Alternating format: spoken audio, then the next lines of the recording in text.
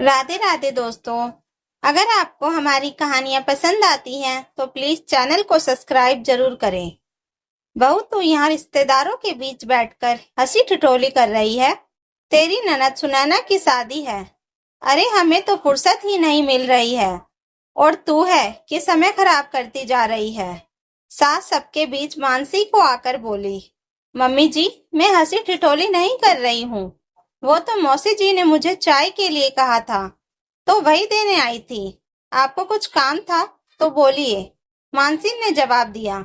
हाँ, मैं ये कह रही थी कि तू तैयार होकर ताला वगैरह लगाकर गार्डन आ जाना। मैं सुनैना के साथ पार्लर जा रही हूँ, वहीं से तैयार होकर गार्डन पहुंचूंगी। सास गरिमा जी ने मानसी से कहा। फिर अपने सभी रिश्तेदारों की तरफ देखकर कहा, तुम लोग भी फटाफट तैयार होकर गार्डन पहुंचो और टाइम से पहुंच जाना। पता है ना तुम्हारे जीजा जी को लेट होना पसंद नहीं है। वो भी बेवजह गुस्सा हो जाएंगे, फिर तुम्हारे साथ साथ मुझे और सुनाएंगे। अरे जीजी, तुम कहाँ इस उम्र में बेटी के साथ पार्लर जा रही हो? बहू को जाने दो, ये भी तो तैयार होकर आएगी। आप तो यहीं तैयार हो जाना। ये जवान है, इसकी उम्र है पार्लर वालर जाने की, इसको जाने दो। मामी सास ने बीच में ही टोक दिया। सुनकर गरिमा जी मुंह बिगाड़ते हुए बोली, अरे इतनी भी उम्र नहीं हुई है मेरी। मेरी बेटी की शादी है, पार्लर से तैयार होकर आऊंगी मैं। और रही बात बहू की, तो जब इसके बच्चों की शादी होगी तो उसमें तैयार हो जाएगी ये। सुनकर मामी सास दांत निपोड़ते हुए बोली, अब जीजी तुमको क्या बोलूं, तुम तो जाओ पार्लर। वैसे भी तुम्हारी बहू सुंदर है, वो तो यहाँ भी तैयार हो जाएगी तो सुंदर ही लगेगी। चल रे बहू, तू तो तैयार हो जा। अपनी भाभी की बात सुनकर गरिमा जी तुनकते हुए अपनी बेटी सुनैना को लेकर पार्लर रवाना हो गई। इधर घर की अन्य रिश्तेदार महिलाएं तैयार होकर सीधे गार्डन रवाना हो गई। इन्हीं सब में 2 घंटे लग गए। सबके रवाना होने के बाद मानसी तैयार होने अपने कमरे में आई। अभी कपड़े निकालने के लिए अलमारी खोली ही थी कि इतने में फोन बजने लगा। फोन उठाया तो देखा सासू माँ का फोन था। अरे बहू, कितनी देर लगेगी तुझे वहां? यहाँ सब लोग पहुंच चुके हैं। बस मम्मी जी, मैं भी तैयार होकर पहुंच रही हूँ। अरे अभी तक रवाना नहीं हुई तुम? कितना धीरे धीरे काम करती हो। और थोड़ा ढंग से तैयार होकर आना, हमारी भी इज्जत है समाज में। कहकर गरिमा जी ने फोन काट दिया। मानसी ने अपने कपड़े निकाले और उन्हें पहनकर तैयार हुई। गहनों के नाम पर बाजार से लाई हुई आर्टिफिशियल ज्वेलरी पहन ली। आखिर गहनों के नाम पर यही तो था उसके पास, क्योंकि शादी में जो ससुराल वालों ने गहने चढ़ाए थे, कहने को तो उसे गहनों में लाद दिया था, लेकिन वो तो सिर्फ दुनिया दिखावटी थे। गहने उससे वापस लेकर रख लिए थे, क्योंकि वो एक गरीब घर की लड़की थी। आजकल तो वैसे भी लड़कों के लिए लड़कियां मिलना मुश्किल हो रहा था। ऐसे में अगर कहीं कुछ कमी रह जाती तो लड़कों की वैसे ही शादी नहीं होती। ऊपर से गरिमा जी का बेटा मानस तो एक एक्सीडेंट के बाद एक पैर से लंगड़ा कर चलता था। लंगड़ा कर क्या चलता था, पर पैरों में हल्की सी लचक आ गई थी। इसी कारण उसका रिश्ता नहीं हो पा रहा था। हालांकि वो मन का बुरा नहीं था, दिखने में भी सुदर्शन था और उस शिक्षा भी। लेकिन कॉलेज से आते समय रास्ते में उसका एक्सीडेंट हो गया था। बस तब से उसके एक पैरों में लचक थी। आखिर अपने बेटे का रिश्ता ना होते देखकर मन मारकर ही सही गरिमा जी ने मानसी के साथ उसका विवाह करवाया था। मानसी गरीब घर की थी, लेकिन पढ़ी लिखी थी और दिखने में भी सुंदर थी। मानसी और उसके माता पिता को मानस बहुत पसंद आया था, इसलिए वो शादी के लिए तैयार हो गए। उसके माता पिता की शादी में खर्च करने की क्षमता नहीं थी, इस कारण उन्होंने सामूहिक सम्मेलन में उसका विवाह करवाया था। पर गरिमा जी इसके खिलाफ थी और उन्होंने मानसी के माता पिता को ये प्रस्ताव भी दिया था कि शादी का खर्चा वो लोग कर देंगे, उन्हें कुछ कहने की जरूरत नहीं है। पर वो लोग स्वाभिमानी थे, इसलिए उन लोगों ने मना कर दिया। तो गरिमा जी को ये बात चुभ गई। जब उन्होंने कुछ कहना चाहा तो उनके पति ने उन्हें डांट दिया, पर क्योंकि उनके बेटे की शादी तो करनी ही थी, इसलिए वो उस समय अपने पति के सामने कुछ नहीं कह सकी। सामूहिक सम्मेलन में शादी हो जाने के बाद उन्होंने बड़ी पार्टी दी। तब उसे सोने के गहनों से लाद दिया गया था। जो भी मानसी को देखता तारीफ किए बिना नहीं रहता। हर कोई उसकी किस्मत पर रस्क खाने लगा था।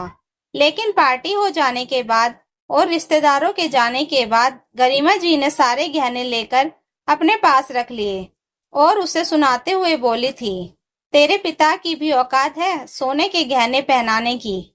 जो यहाँ सोने के गहनों के सपने देख रही है, ये गहने मैं ही रखूंगी। इस पर तेरा कोई हक नहीं है। घर में ये बात सिर्फ मानस को ही पता थी, क्योंकि उसने मानसी से एक दो बार गहने पहनने के लिए कहा था। तब मानसी को उसे बताना पड़ गया था, पर उसने पापा के कहने के लिए मना कर दिया था। खैर मानसी नकली गहने पहनकर तैयार हो गई। इतने में मानस भी घर आ गया। मानसी को तैयार देखकर उसका दिल खुश हो गया, लेकिन जब उसकी नजर उसके गहनों पर पड़ी तो चेहरे पर अजीब सी उदासी छा गई। तब मानसी ने कहा, क्या हुआ, आप ऐसे उदास क्यों हो गए? ये सुनकर मानस ने कहा, तुम जल्दी से घर पर ताला लगा दो, तब तक मैं सिक्योरिटी गार्ड को समझा देता हूँ। हम लोगों को रवाना होना है। थोड़ी देर में वो लोग वहां से रवाना हो गए। थोड़ी देर बाद मानस ने ज्वेलरी की शॉप पर आकर गाड़ी रोक दी। ये देखकर मानसी ने कहा, क्या हुआ, यहाँ गाड़ी क्यों रोक दी? अरे कोई जरूरी सामान छूट गया था, वो लेने आया हूँ, कहकर मानस अंदर चला गया। इस बीच सासू माँ ने 2 बार फोन आ गए, जो गार्डन में उन लोगों का बेसब्री से इंतजार कर रही थी। वो फोन पर ही मानसी को लेट होने के लिए अच्छी खासी डांट लगा चुकी थी। जब थोड़ी देर बाद वो बाहर आया तो अपने हाथ में जो सामान था उसे मानसी को देकर बोला, लो एक बार चेक करके देखो, सही है क्या? मानसी ने पैकेट खोलकर देखा तो उसमें वही गहने थे जो वो सुनैना की शादी की शॉपिंग के समय यहाँ पसंद करके गई थी। पर सासू माँ ने उसकी पसंद को लेने से इनकार कर दिया था और कहा था कि वो अपनी बेटी के गहनों का बंदोबस्त खुद कर लेंगी। क्या मम्मी जी, ये गहने सुनैना को देने को तैयार हैं? ये गहने सुनैना के लिए नहीं हैं, तुम्हारे लिए हैं, जो मैंने तुम्हारे लिए खरीदे हैं, मानस ने कहा। यह सुनकर मानसी हैरान रह गई। फिर बोली, मम्मी जी नाराज हो जाएंगी, तुम उसकी फिक्र मत करो, चुपचाप नकली गहने उतारो और ये गहने पहन लो। आखिर मानस के कहने पर मानसी ने वो गहने पहन लिए। जब वो गहने पहनकर शादी में पहुंची तो गरिमा जी उसे डांटने के लिए उसके पास आई, पर तभी उनकी नजर उसके गहनों पर पड़ी। तब उन्होंने डिसाइड ले में ले जाकर उससे पूछा, बहू ये गहने तेरे पास कहाँ से आए? मम्मी जी इन्होंने दिलाए हैं, मानसी ने जवाब दिया। तो गरिमा जी गुस्सा हो गई। शर्म नहीं आ रही है तुम लोगों को? यहाँ बहन की शादी है, घर में इतने खर्चे हो रहे हैं, ऊपर से सोने के गहनों पर और खर्चा करके आ गए। बड़ा अच्छा फंसा रखा है तूने मेरे बेटे को। मम्मी ये गहने मैंने अपनी कमाई से खरीदे हैं और अपनी पत्नी के लिए खरीदे हैं, आप उसे क्यों सुना रही हो? उसे भी गहने पहनने का हक है। यहाँ हर कोई सोने के गहने पहने हुए है, यहाँ तक कि आपने भी सोने के गहने पहन रखे हैं, तो ये नकेली नकली गहने पहने अच्छी लगी थी क्या?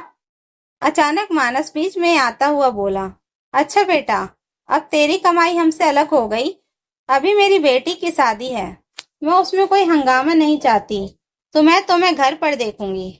गरिमा जी उसे डांटते हुए बोले, घर पर क्या देखोगी? मैं अभी जवाब दे देता हूँ ना तुम्हें।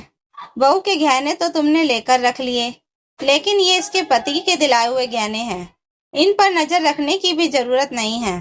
अचानक गरिमा जी के पति बीच में आकर बोले। सुनकर गरिमा जी हैरान रह गई।